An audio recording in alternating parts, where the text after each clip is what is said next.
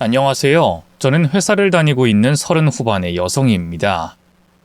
제가 곧 인생에 있어서 중요한 일을 앞두고 있는데요.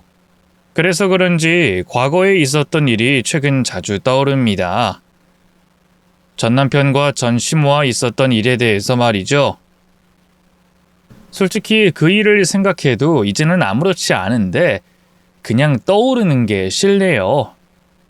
그래서 많은 분들이 듣는 곳에 털어놓으면 혹시 과거에 있었던 아무렇지 않은 일로 잊을 수 있을까 싶어서 보내게 됐습니다. 바보 온달과 평강공주 이야기는 다들 아시죠? 그 이야기 속 주인공들이 꼭 저와 전 남편의 이야기 같았습니다.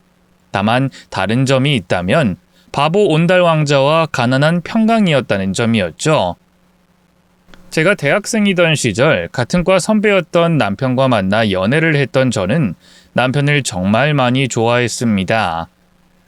그래서 비슷한 시기 학교를 졸업해 취업 준비를 하고 있던 남편을 많이 도와주고 격려해줬어요. 같은 취업생 입장으로 제 코도 석자였지만 말이죠. 그런데 남편의 취업은 계속해서 미뤄지게 됐고 저는 취업에 합격해 사회인이 됐어요. 저의 취업으로 인해 자신감이 많이 떨어졌을 남편을 생각했던 저는 남편을 북돋으려고 더욱더 신경을 많이 쓰게 됐습니다. 업무 파악하고 회사 생활에 익숙해지느라 정신없던 사회 초년생일 때도 남편의 취업 준비를 돕고 식사를 챙겼어요. 출근하는 길에 직접 산 도시락을 싸줬을 정도니 제가 남편을 얼마나 사랑했고 챙겼는지는 대충 감이 오실 거라고 생각합니다. 그렇게 남편의 취업을 위해 저 역시 많은 노력을 했지만 어떤 이유에서인지 남편은 취업이 되지 않았어요. 취업이 늦어지면 남편과 결혼할 생각이 있었던 제 계획도 계속해서 미뤄지게 됐으니 저로서도 한숨이 늘어가는 일이었죠.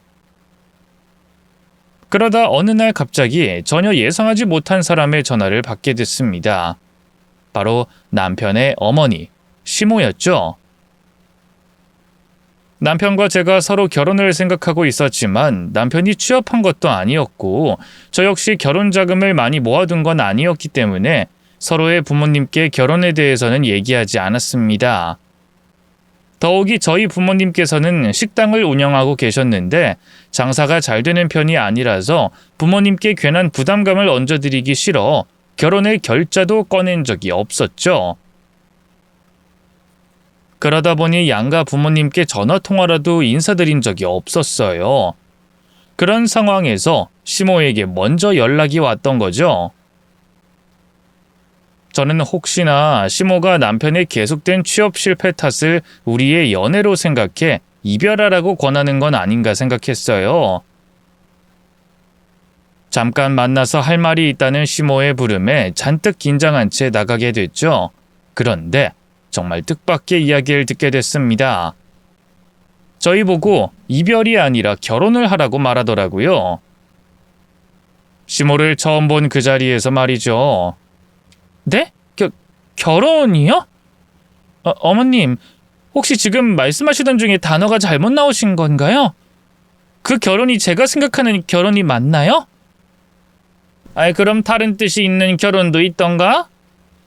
내가 모르는 다른 뜻이 있을 수 있으니 헷갈린다면 뜻과 같이 설명해 줄게. 남녀가 사랑을 약속해서 부부가 되는 결혼을 할 생각이 있냐고 물어봤어. 태영이한테 얘기 들어보니까 두 사람 진지한 관계고 상황만 된다면 결혼하고 싶다고 그러던데 맞니? 네? 네, 그렇긴 한데 저도 아직 돈을 충분히 못 모았고 저희 부모님께서도 아직 준비가 덜 되셨거든요. 제가 결혼 관련해서 말씀드린 적이 없어서 또 오빠가 그렇지. 태영이가 아직 취업을 못했지. 그런데 그런 거 상관없이 지금 당장 결혼할 수 있다면 할 의향이 있는지 물어보는 거야. 오빠와 얘기를 나눠봐야 하겠지만 네, 결혼하고 싶어요. 그럼 내가 결혼 관련으로 필요한 결혼 자금이고 집이고 전부 도와줄 테니 두 사람 결혼해라. 네? 결혼을 하라고요? 태영이가 말을 안 한 것 같은데 실은 우리 집안이 제법 잘 산단다. 태영이 아빠가 세상 떠나면서 내게 물려준 재산도 있고 원래 우리 집이 잘 살기도 하고 그래서 너희 뜻만 맞다면 두 사람 결혼시키고 싶어. 그런데 대신 한 가지만 약속해 줄 수 있겠니? 약속이요? 무슨... 내가 전부터 네가 태영이에게 하는 걸 지켜봤더니 정말 잘하더구나. 언젠가부터는 내가 태영이에게 네가 있어서 신경 쓰지 않아도 될 만큼 잘하더라고. 그 모습 보면서 너라면 우리 태영이 뒷바라지를 정말 잘할 거라고 생각했어. 네가 지금보다 더 가까이에서 우리 태영이 신경 써준다면 더 나은 컨디션으로 좋은 결과를 볼 수 있겠구나 싶었고. 그래서 네가 우리 태영이와 결혼하면 우리 태영이 뒷바라지에 온 신경을 다 써줬으면 싶구나. 다른 거 다 포기하고 말이다. 그에 드는 비용은 내가 전부 부담할게.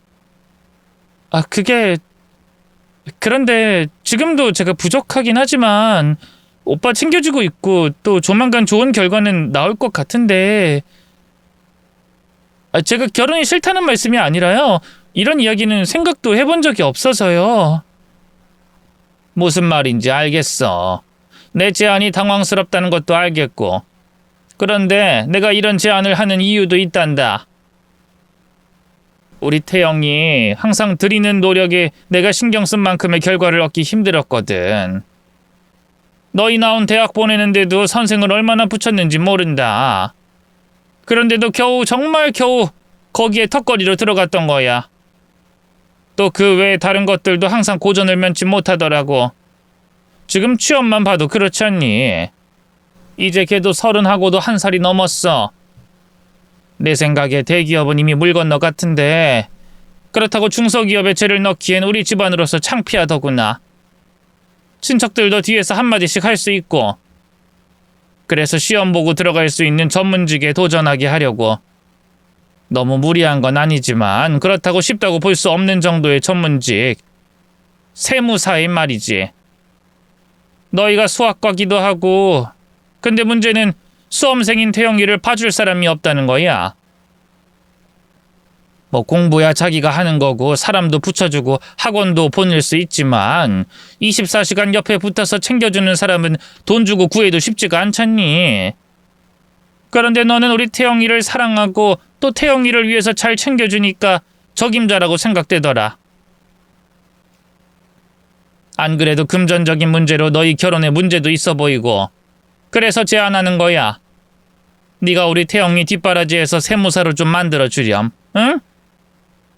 생각지도 못한 제안에 어안이 벙벙했어요.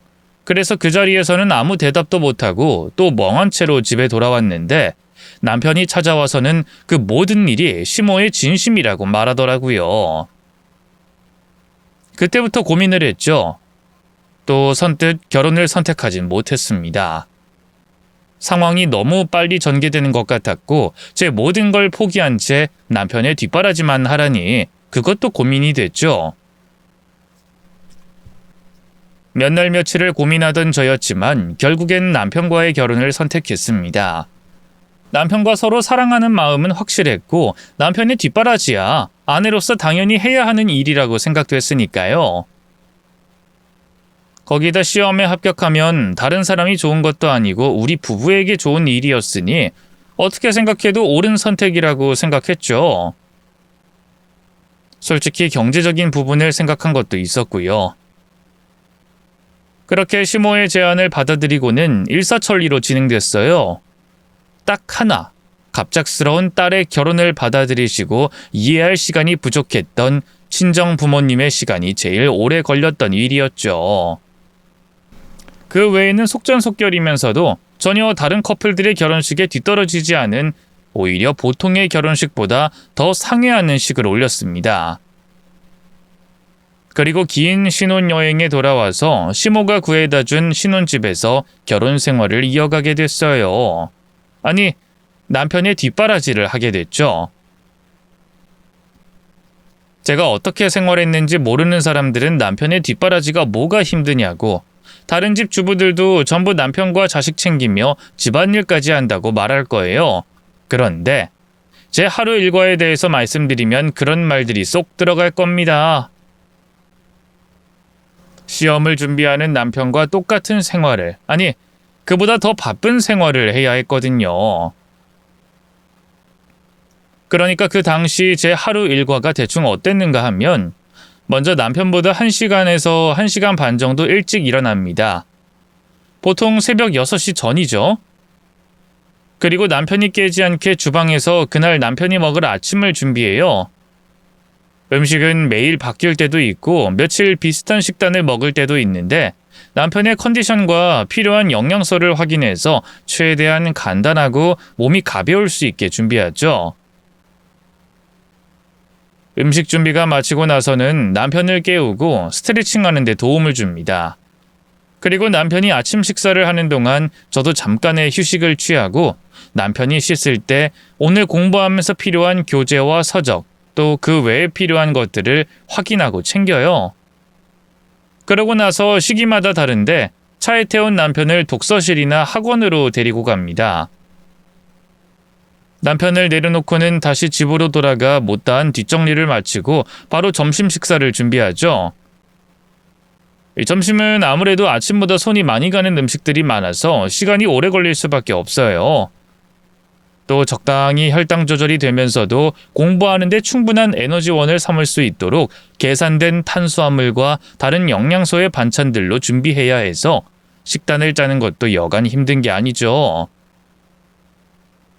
어쨌든 그렇게 점심 식사 준비를 다 하면 딱 남편을 학원에서 데리고 올 시간이 되거나 제가 남편이 있는 독서실로 도시락을 가져갈 시간이 됩니다.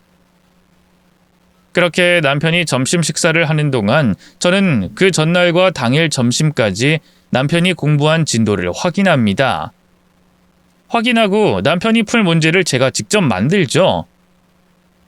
그러니까 저도 남편 뒷바라지만 하는 게 아니라 똑같이 공부하고 시험 준비를 하는 거예요. 그렇게 문제까지 만들고 나면 잠깐의 자유시간이 생겨요. 그런데 말이 자유시간이지 카페에서 커피 한잔하거나 TV를 보며 깔깔거릴 시간은 없죠.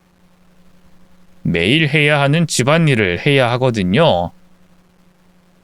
청소, 빨래 등등 그렇게 집안일까지 마치면 진짜 자유시간이 생기거나 남편 저녁을 차려야 하는 시간이 됩니다.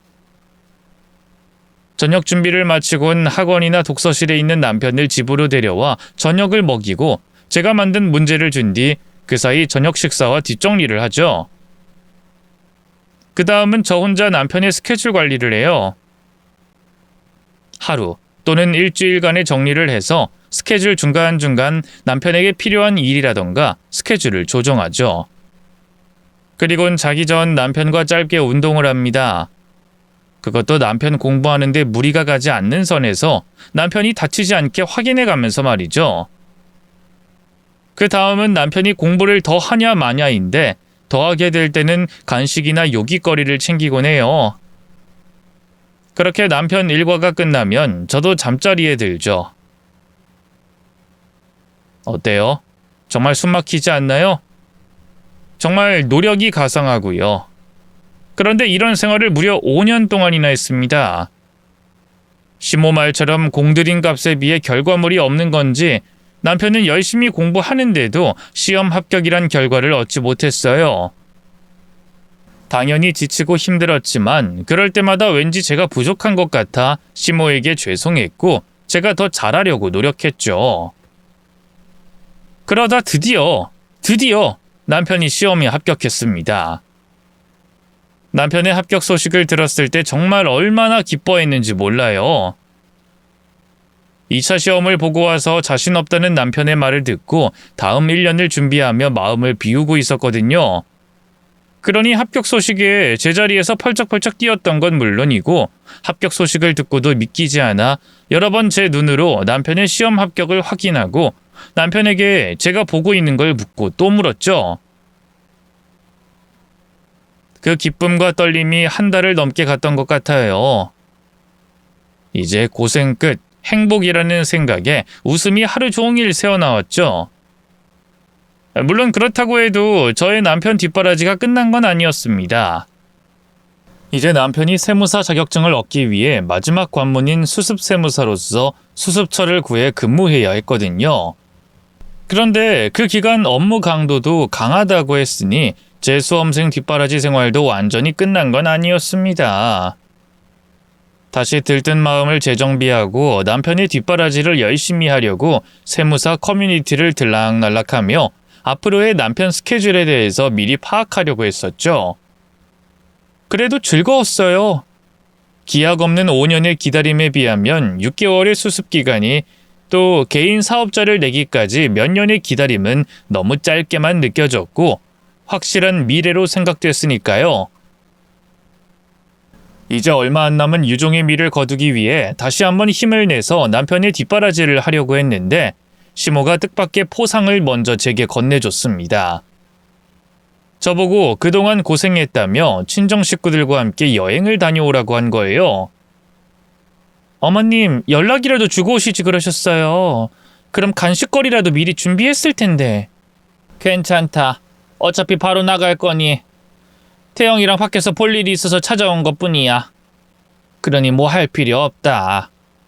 그보다 내가 너한테 전할 말도 있어. 전할 말씀이요? 너 그동안 우리 태영이 뒷바라지 하느라 고생 참 많았다. 1, 2년도 아니고 무려 5년이나 흐트러졌던 것 하나 없이 한결같이 남편 뒷바라지 한다는 게 쉬운 일이 아닌데. 그 힘든 일을 네가 아주 잘해줬어.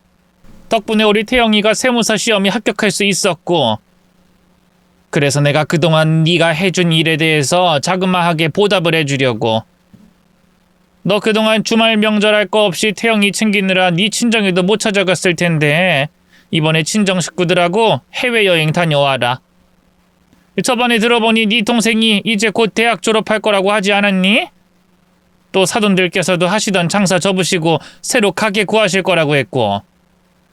그럼 어쩌다 보니 네 친정 식구들 모두 시간이 있는 건데 다 같이 해외여행 다녀오면 좋잖니. 당연히 비행기 사기며 숙소 비용이며 그런 건 내가 부담하고 말이다. 어때? 좋을 것 같지 않니? 네? 해외여행이요? 어머님께서 비용까지 부담하시고요? 저야 좋긴 한데 그게 적은 돈이 드는 것도 아니고 또 이 사람 수습처 구하고 나면 챙겨주기도 해야 하는데 제가 알아보니까 수습 기간에 꽤 힘들다고 하더라고요. 태영이 뒷바라지는 신경 쓰지 마라. 내가 해줘도 되고 너 돌아오기까지 사람 구해도 되는 일이니까. 그리고 돈은 아무 생각하지 말어. 우리 집이 돈 걱정할 집안도 아닐 뿐더러 네가 이제까지 우리 태영이에게 한 일에 비하면 얼마 되는 것도 아닌데. 네가 마땅히 받아야 하는 포상 휴가라고 생각하고 마음 편히 친정 식구들과 다녀와라. 또 돌아와서도 내가 더 많은 걸 해줄 테니 이게 끝이라고 생각하지 말고. 이제까지 네가 하고 싶었던 거, 하려고 했던 거, 남들 보며 부러워했던 거 전부 생각해놔. 돈이 얼마가 들든 내가 다 해줄 테니. 어머님, 전 이 사람을 위해서 당연히 해야 할 일을 한 건데 정말 감사해요. 제가 앞으로도 이 사람 그리고 어머님께 정말 잘할게요. 정말 잘하겠습니다. 아유, 뭘 울고 그러니. 네가 당연히 받아야 할 것들인데. 그럼 우린 이제 나가야 해서 그만 가보마. 네 친정 식구들하고 얘기 나누고 여행 관련해서 정해지면 연락하렴. 지난 5년간 제가 한 일을 생각하면 그 정도 보상을 받는 건 당연한 일이었어요. 하지만 그땐 제가 얼마나 애를 썼고 그러니 얼마만큼 받아야 하겠다고 계산하며 지냈던 게 아니었으니 제 지난 고생을 알아주는 시모의 말 한마디에 고마워서 눈물이 흘러나올 정도였죠. 그러면서도 지난 5년 동안의 저라면 이 정도 선물을 받는 건 저 스스로도 당연하다고 생각해 기쁜 마음으로 친정 식구들과의 해외여행을 계획했습니다. 적당한 선에서 견적을 내고 시모에게 보여줬죠. 그런데 제가 낸 계획서와 견적을 본 시모는 이걸론 부족하다면서 더 비싸고 돈이 많이 드는 여행을 부추겼어요. 아니 내가 그동안에 네 고생한 값을 쳐준다고 한 건데 이렇게 아끼고 아끼면서 여행 가면 어떡하니? 그것도 너희 친정 식구들도 있는데. 이러면 사돈들께서 날 뭐라고 생각하시겠어? 귀한 딸 이용할 만큼 이용하고 겨우 이 정도로 보상한 것 가지고 보상이라고 유난 떨었냐고 생각할 거 아니야. 아니에요. 이렇게만 해도 돈이 얼만데요. 그리고 저희 부모님께서도 그렇게 생각하지 않으세요. 전화통화하시면서 들으셨잖아요. 정말 이 정도로도 충분해서 그래요. 아니, 내가 충분하지가 않다. 이렇게 해놓고 나중에 내가 무슨 소리를 들을 줄 알고 이대로 보냈니? 비행사도 좌석도 다시 정하고 호텔도 다시 알아봐. 아니다. 내가 아예 넉넉하게 여행 비용을 주마. 그 돈 다시 돌려줄 필요도 없고 돌려받을 생각도 없으니까 그 돈으로 뭘 하든 네 마음대로 써라. 알겠지? 어머님, 그렇게까지 해주실 필요는... 아이, 됐어. 내가 이렇게 해야 마음이 편하고 나중에 탈이 없을 것 같아서 그래. 저와 친정 식구들에게는 좋은 일이었지만 부담이 안 될 수가 없는 일이었어요. 솔직히 가족끼리 돈이 왔다 갔다 한다는 게 그리 마음 편한 일은 아니잖아요. 그런데 시모가 워낙 강경하게 나오니 저도 더 말하지 않고 시모가 주는 돈을 받게 됐죠. 시모에게 받은 돈은 아무리 4인 가족이 해외여행을 간다고 해도 너무 많은 돈이었습니다. 물론 저희 가족 기준이긴 하지만 사치스럽게 사용해도 돈이 남을 것 같더라고요. 그래서 혹시 금액을 착각하고 준 건 아닌가 싶어 시모에게 물어봤지만 그 금액이 맞다고 했어요. 그 말을 듣고 놀라기도 놀랐지만 시모의 뜻을 확실히 알고 더 말을 붙이지 않았습니다. 시모가 말한 대로 그 돈에 맞춰 친정 식구들과 함께 해외여행을 다녀오게 됐죠.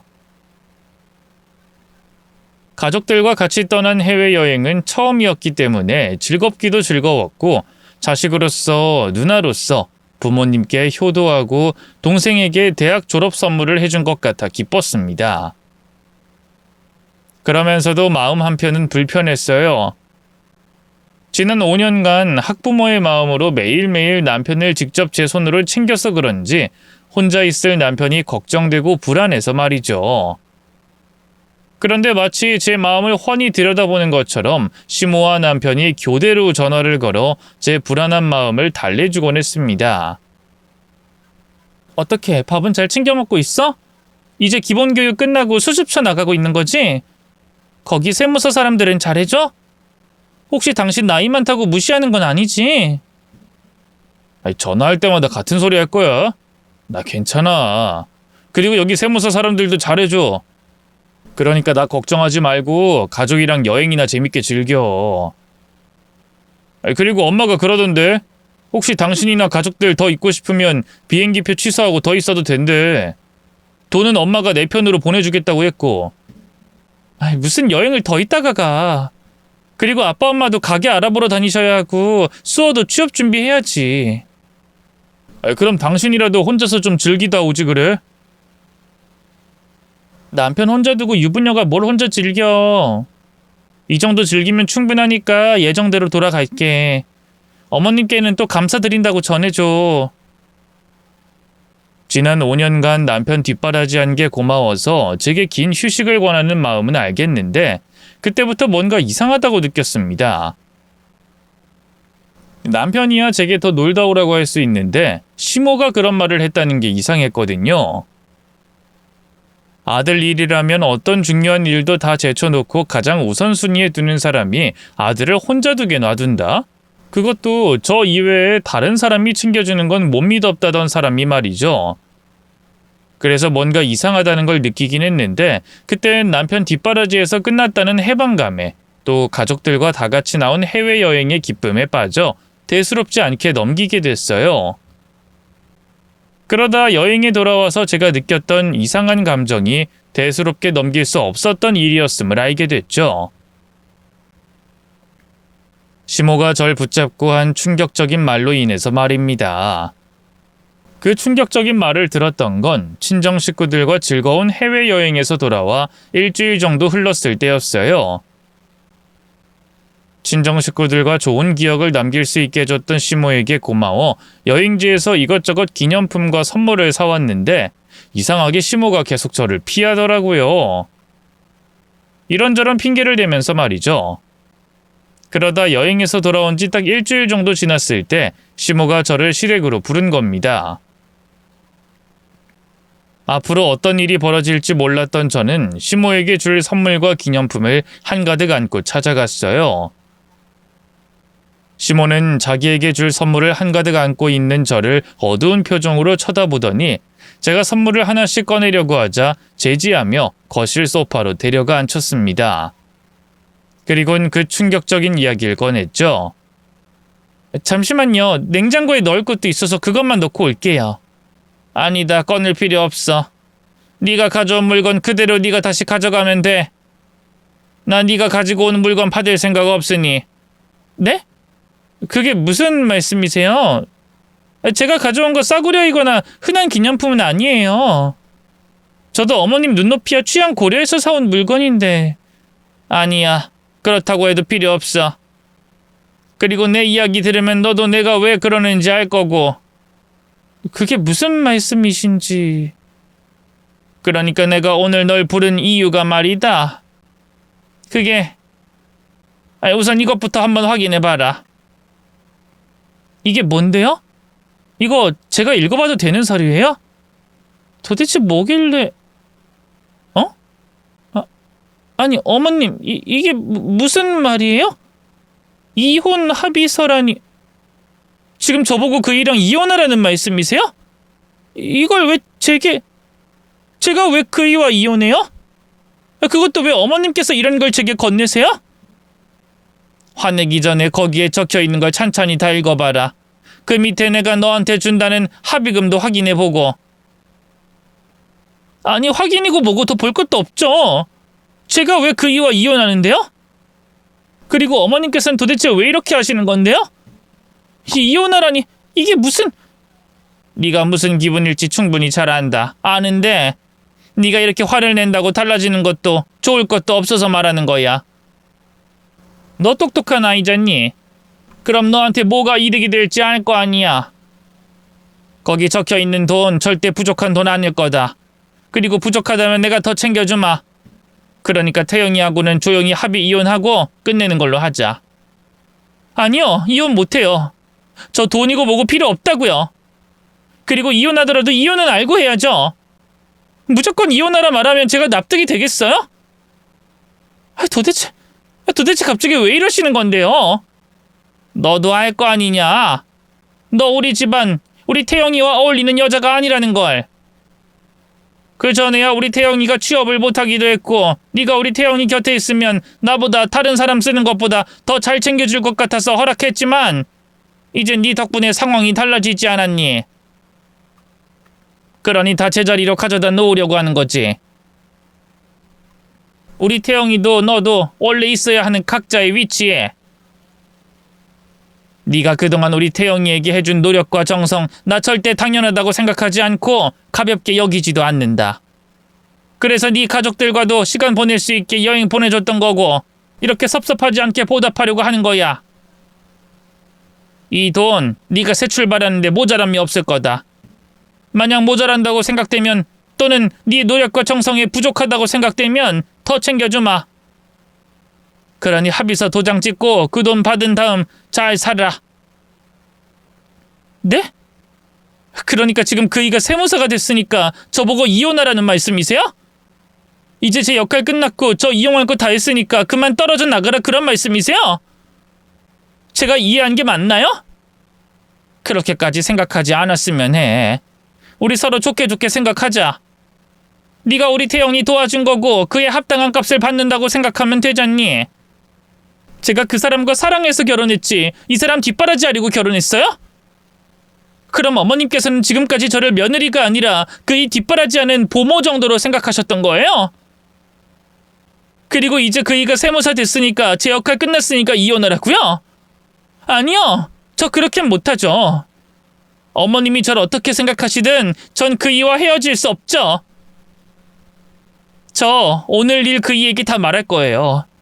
어머님께서 뭘 내밀었고 저를 어떻게 생각하는지 다 말하겠다고요. 그리고 이제 어머님 안 뵐 거예요. 그이도 어머님 안 뵌다고 해도 마음 돌리게 할 생각 없고요. 그래, 내가 미안하다. 미안한데 이미 다 결정된 일이야. 태영이도 이 일에 대해서 다 알고 있고 그건 또 무슨 소리예요? 그 이거 다 알다니. 태영이 세무시험 합격하고 나서 내가 붙잡고 얘기했다. 이제 우리 집안과 태영이와 어울릴 만한 며느리이자 아내 구해야 하지 않겠냐고.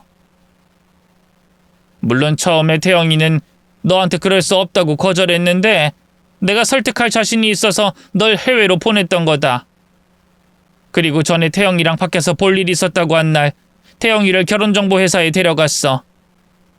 내가 그 전에 태영이 몰래 결정사에 태영이 이름으로 접수를 해놨거든. 그리고 그때부터 나도 죽기 살기로 태영이를 설득했고 태영이는 끝까지 다른 사람은 몰라도 너는 배신할 수 없다고 했는데 내가 억지 좀 부렸다. 그래서 너 해외로 나갔을 때 걔도 할 수 없이 자리에 나갔어. 그때까지만 해도 다 거절하겠다는 식으로 말이지. 그런데 그 첫날에 만난 사람이 태영이도 마음에 들었나 보더구나. 집안이나 가진 재력이나 또 학벌이나 전부 우리 수준과 딱 맞기도 하고 얼굴도 예쁘니 마음이 갔던 거지. 그래서 걔네들 지금 만나는 중이다. 네가 합의 이혼만 해주면 두 사람 조만간 시골릴 생각이고. 그러니 네가 이혼 못하겠다고 고집 부려서 해결될 일이 아닌 거야. 네가 상처를 조금이라도 덜 받고 새 출발하기 위해서는 지금 이 자리에서 이 합의서에 도장 찍는 게 최선이고. 내 아들에게 자란 조강지천 며느리에게 이런 짓을 하는 나도 못된 시어머니고 내 아들도 못된 남편이라는 걸 잘 안다. 그러니 이 돈 받고 이혼하는 게 낫지 않겠니? 네가 이혼해야 또 이혼해줘야 못된 시어머니 남편으로부터 네 인생이 편해질 거다.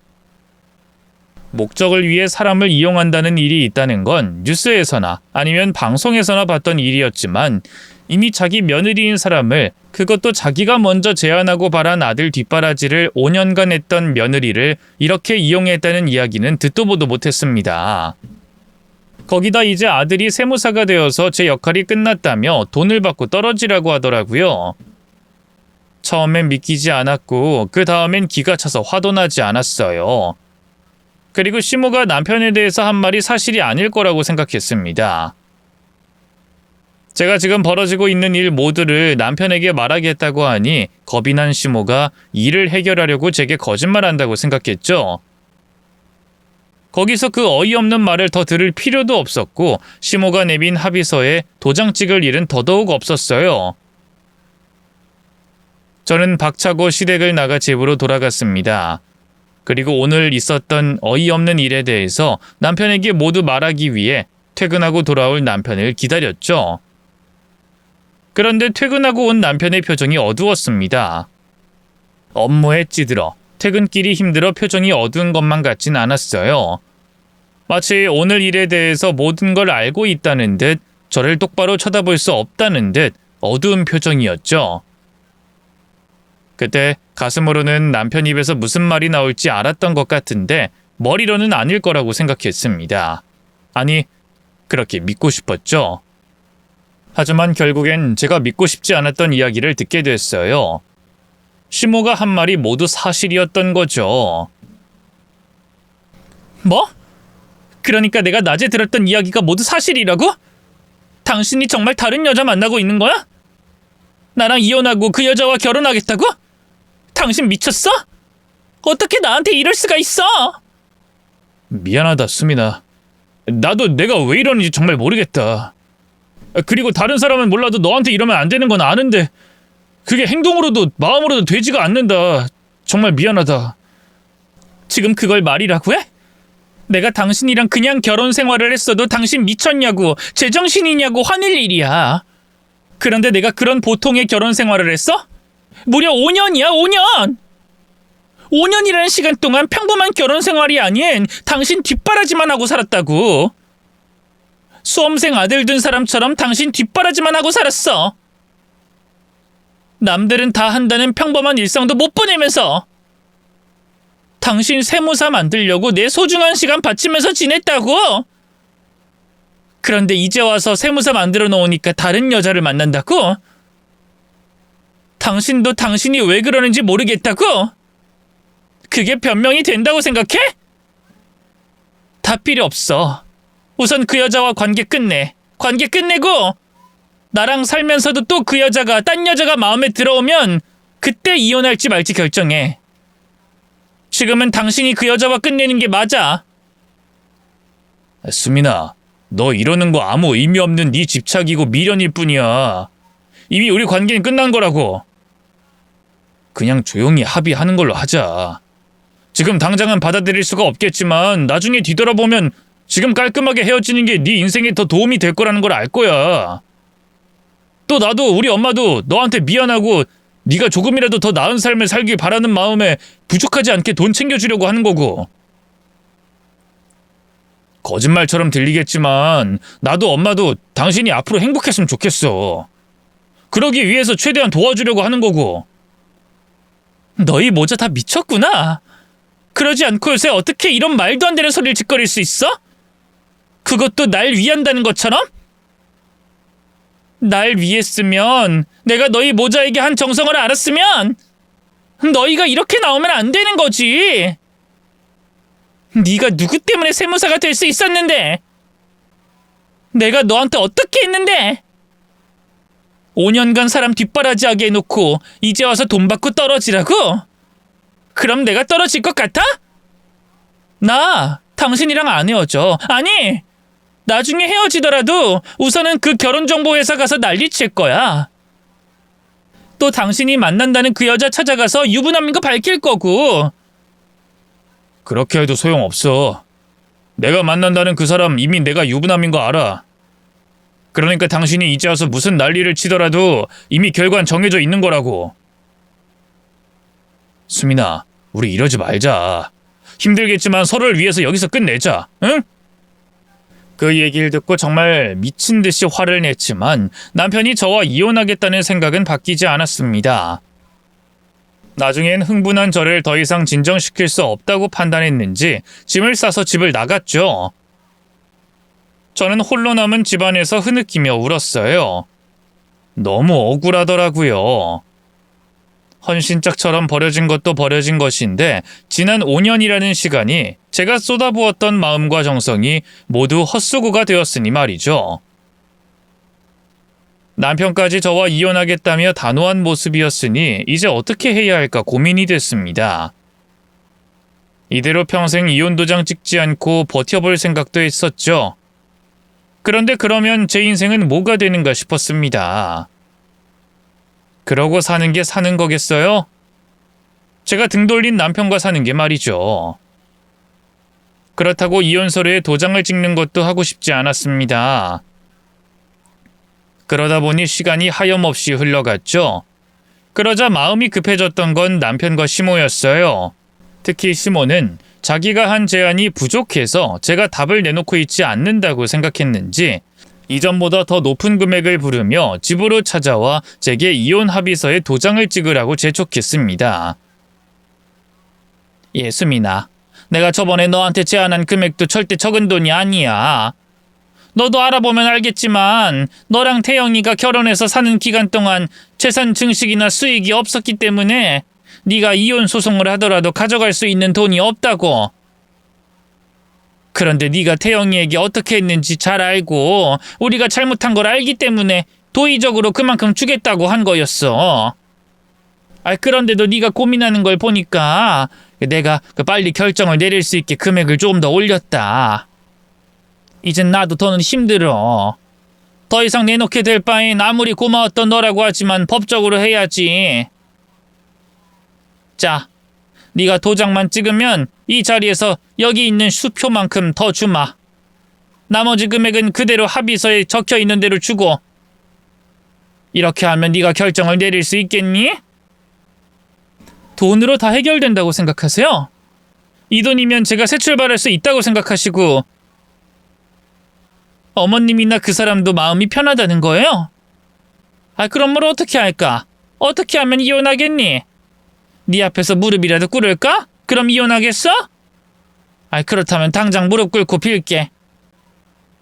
근데 현실적으로 그게 무슨 소용이 있겠니? 네가 새 출발하려면 제일 도움되는 건 이 돈일 텐데.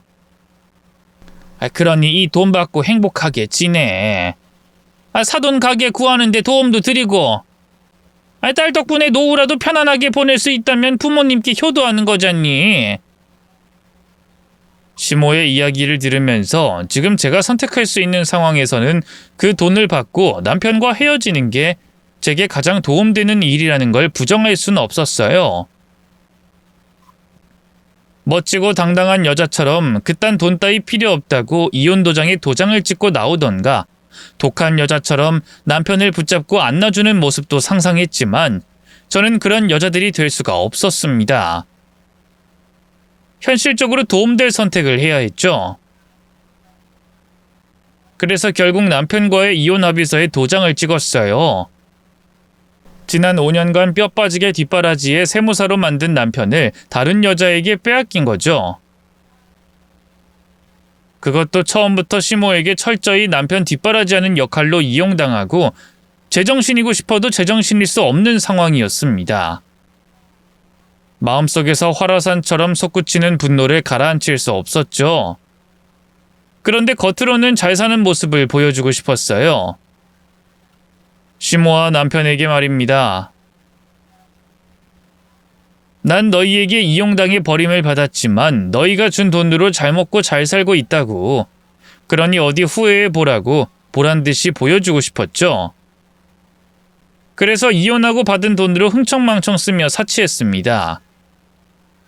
안 하던 SNS도 하면서 매일 행복하지 않은데 행복한 척을 했어요.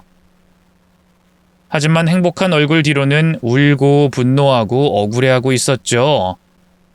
그러다 문득 나 스스로를, 나 자신을 너무 학대한다고 생각이 들었습니다. 시모와 남편을 향한 분노로 인해 내 삶을 아무런 의미 없이 허비한다는 생각이 들더라고요. 이건 시모와 남편을 향한 복수 또는 분노의 표출이 아니라 저 자신을 망가뜨리는 일이라고 생각했죠. 그래서 정신을 차리기로 했습니다.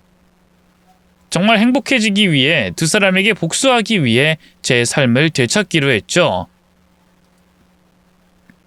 그때부터 어떻게 살아야 할지, 무엇을 하며 살지 고민하던 차에 한 가지 생각이 떠올랐어요. 제 삶을 찾으면서도 남편과 시모를 불안하게 만들 방법이 말입니다. 바로 제가 세무사가 되는 거였어요. 남편과 같은 업종에 있으면 한 번쯤은 부딪힐 수 있겠고, 꼭 그렇지 않더라도 한 다리 건너 아는 사람이 생길 텐데, 세무사가 된 저를 보고 남편과 시모가 도둑이 제발저리듯이 불안해하지 않을까 싶었죠. 거기다 남편 뒷바라지 한다고 끊긴 경력으로 재취업은 힘들 뿐더러 지난 5년간 남편만큼이나 세법에 대해서 공부했던 저였기 때문에 시험에 자신이 아예 없진 않았습니다. 따지고 보자면 저도 반쯤은 세무사였죠. 그래서 세무사가 되는 게 제 자신의 삶을 되찾으며 남편과 시모에게 복수하는 방법이라고 생각했어요. 세무사가 되기 위해 준비하게 됐죠. 당연히 남편 뒷바라지하며 공부한 것과 시험 준비 공부는 완전히 다르긴 했습니다만 5년간 공부한 보람은 있었는지 한 번에 1차 합격을 했고, 비록 2차는 떨어졌지만 유예 제도로 인해 다음번 시험에서 2차 합격을 할 수 있었습니다. 목표대로 세무사가 됐던 거죠. 세무사 합격 후에는 수습 공고만 쳐다봤어요. 남편을 만나서 당황하게 만들려면 같은 세무서에 가야 했으니까요. 남편이 있는 세무서가 뜨자마자 지원했고 그곳에서 수습 기간을 보내게 됐죠. 그리고 기대하던 남편을 드디어 마주칠 수 있었습니다. 남편은 절 보고 미련이 남아 찾아온 줄 알고 있었고요. 당신 여기까지 찾아오면 어떡해? 그것도 아직 근무 시간인데. 그때 이해하고 잘 합의했잖아. 근데 이제 와서 이렇게 남의 일터까지 찾아오면 어떡하자는 거야? 돈까지 받아놓고서. 이거 좀 놓고 말하지 그래? 우리 남남인데. 당신 이러다 직장 내 성추행으로 고소당하는 수가 있어. 뭐? 직장 내 성추행? 그게 무슨 말이야? 여기가 왜 당신 직장이야? 아, 당신 모르는구나. 여기가 내 수습처야. 당신이 세무사가 됐다고? 거기다 여기서 다니게 됐고? 그래. 근데 뭘 그렇게 놀래? 내가 세무사 된 건 너무나도 당연한 일 같은데? 당신과 이혼하고 나도 내 살 길 찾아야 하는데 당신 뒷바라지 한다고 경력은 단절됐고 지난 5년간 당신 옆에서 공부한 게 있었으니 시험을 본 거지. 나도 지난 5년간 수험생이어서 그런지 시험 2번 만에 합격한 거고. 나 여기서 수습기간 6개월 꽉 채워서 다니려 해. 그 다음 이곳에서 더 근무할지 아니면 사무실을 낼지 법인으로 들어갈지 아직 결정 못했고. 어쨌거나 당신 내가 듣기 불쾌한 오해는 안 했으면 해. 그리고 당신도 내가 당신 전부인이라는 게 알려지면 안 좋지 않아? 당신이 잘한 일도 아닌데. 그러니까 이상한 소문 돌기 전에 나 아는 척 안 했으면 좋겠어. 나 지금 싱글인데 유부남과 만난다고 소문나서 앞길 막힐 순 없잖아. 그러면 나도 나 살기 위해서 솔직하게 다 말할 수밖에 없어. 당신과 다시는 만날 생각 없는 이유에 대해서 사실대로 말할 수밖에 없다고. 당신도 그걸 원하진 않지? 절 보고 화들짝 놀라는 남편을 보며 벌써부터 기대가 됐습니다. 그리고 겉으로 내보이진 않지만 어쩔 수 없이 드러나는 남편의 불안한 모습을 보면서 분명히 앞으로 더 재밌는 일이 벌어질 거라는 걸 알았죠. 아니나 다를까 남편이 계속해서 절 의식하는 모습을 보며 주변 사람들이 수군대기 시작했어요. 그러다 보니 저도 괜한 오해를 사지 않기 위해 회식 자리에서 모든 걸 전부 설명하게 됐습니다. 그때부터 저를 향한 세무서 사람들의 눈빛과 여론이 180도 바뀌기 시작했어요. 그전까지는 이제 막 수습 세무사로 들어온 제가 유부남을 꼬신다며 사람들 뒤에서 별별 욕을 다 들었던 것 같은데 사실은 제가 바람난 전 남편을 5년간이나 뒷바라지했고 이용당하다 이혼까지 당하는 걸 알게 되며 동정 여론이 생긴 거죠. 그와 반대로 남편은 사람들 사이에서 더욱더 쓰레기가 됐어요. 물론 업무와는 관련 있는 일이 아니었고 과거에 벌어졌던 일이었기 때문에 직장에서의 불이익은 없었지만 사람들에게 이미 찍혔던 거죠. 아마 그 소문은 이리저리 퍼지게 될 거였고요. 그걸 알았던 남편도 눈에 띄게 몸을 사리는 모습이었습니다.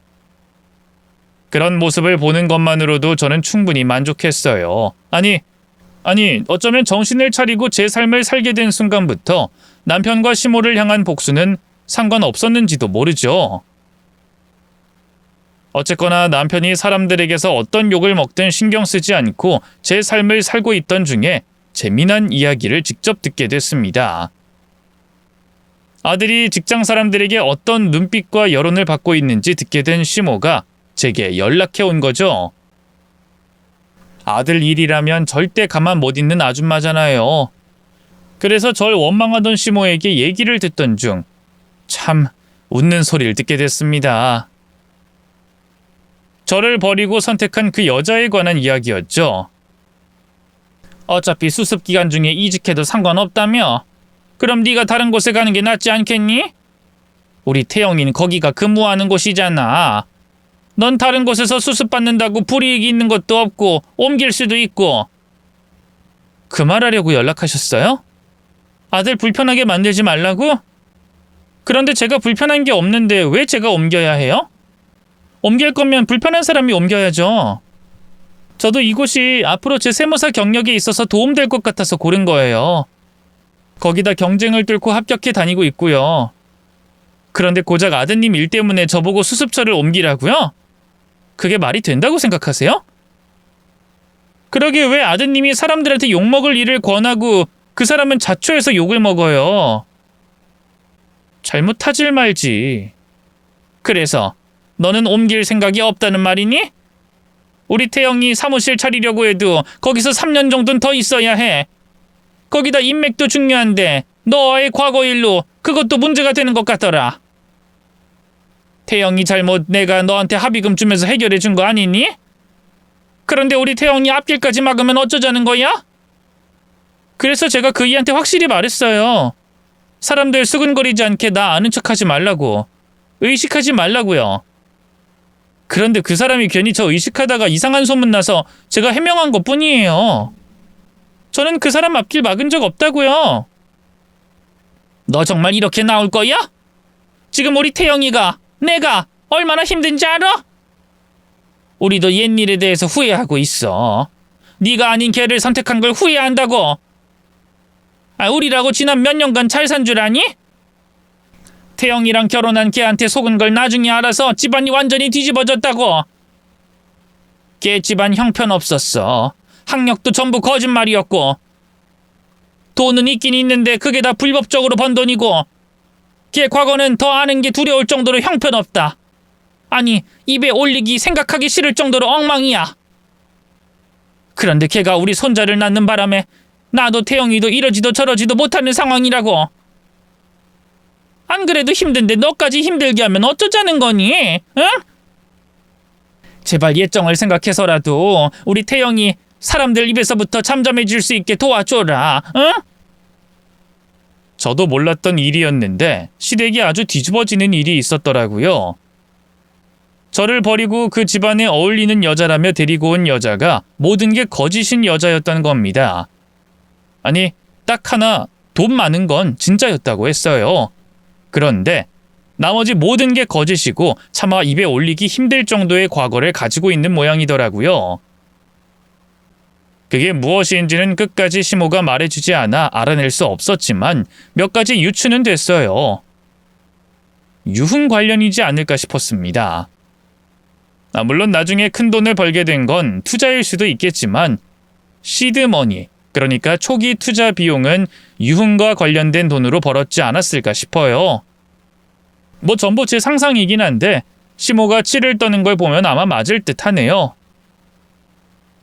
어쨌든 그 과거를 알게 됐지만 이미 두 사람 사이에 아이가 있어서 이혼을 선택할 수도 없는 모양이었어요. 그래서 안 그래도 전 남편이 괴로운 시간을 보내고 있다며 제게 수습처를 옮겨달라고 했습니다. 그런데 굳이 저도 근무하는 곳을 옮기고 싶지는 않았어요. 다양한 경험은 좋겠지만 아직 수습 기간이 끝난 것도 아니고 여러 군데 이직하다 보면 좋은 평가받기도 힘들잖아요. 더욱이 다니고 있던 곳에서 동정 여론으로 받는 혜택도 있었으니 옮길 수 없었죠. 그래서 전 남편에게만 불편한 회사 생활을 몇 년 더 이어갔습니다. 나중에 전 남편이 개인 사무실을 내겠다며 퇴사하게 되었고요. 그 다음은 어떻게 지내고 있는지 몰라요. 굳이 알고 싶지도 않아서 귀를 닫고 있는데 주변에서 가끔 남편 관련된 이야기가 들리긴 합니다. 지금 어떻게 살고 있는지에 대한 건 아니고 과거 5년간 수험생 뒷바라지 하던 아내를 버리고 바람난 선후배 세무사가 있다는 전설 같은 이야기가 동료들 사이에서 들리곤 해요. 아직까지도 사람들 입에 오르락내리락 하는 그 소문에 전 남편이 지금까지도 자유로울 거라고는 생각하지 않네요. 그리고 시모가 끔찍하다는 그 여자의 과거도 마찬가지로 말이죠. 어쨌거나 저는 제가 지금 잘 살고 있기 때문에 전 남편과 시모가 어떻게 살든 신경 쓰진 않습니다. 또 제가 사랑하는 사람과 곧 새로운 인생을 준비 중이기에 오늘을 계기로 전 남편과 관련된 일을 잊고만 싶네요. 오늘을 끝으로 제 입에서, 제 머릿속에서 오늘의 일이 나오지도 떠오르지도 않길 바라며 저는 이만 글을 마치겠습니다. 지금까지 제 사연 읽어주셔서 감사합니다. 안녕히 계세요.